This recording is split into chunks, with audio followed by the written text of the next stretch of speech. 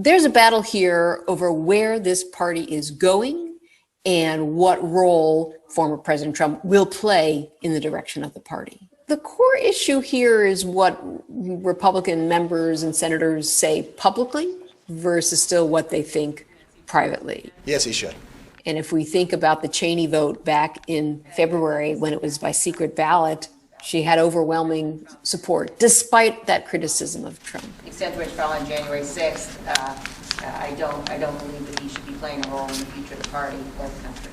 But there's more and more pressure on these Republicans to take sides. And it's certainly pressure when your own party leaders are cozying up to the former president and going down to Mar-a-Lago to see the president because they think he's still valuable in raising money, in running an election, and in galvanizing the party base.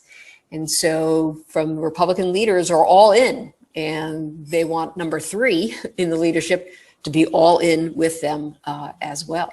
I am honored to support President Trump for re-election. We have an emerging candidate as to who might replace her, Elise Stefanik of New York, who kind of rose to particular prominence during the first Trump impeachment trial. For lack of a better term, she came across in the impeachment process as a pit bull for Trump.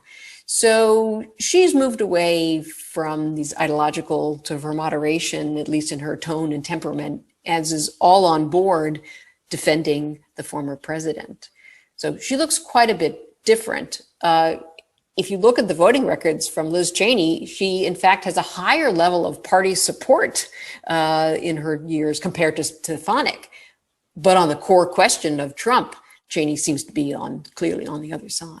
In part because she is willing to continue to tell the truth about the fact that the 2020 election was honestly won by President Biden, and that her sort of willingness to push back against things that former President Trump has said, that is causing this division within the party, I think tells us something about how big a challenge the party has going forward and how big a challenge our democracy has going forward.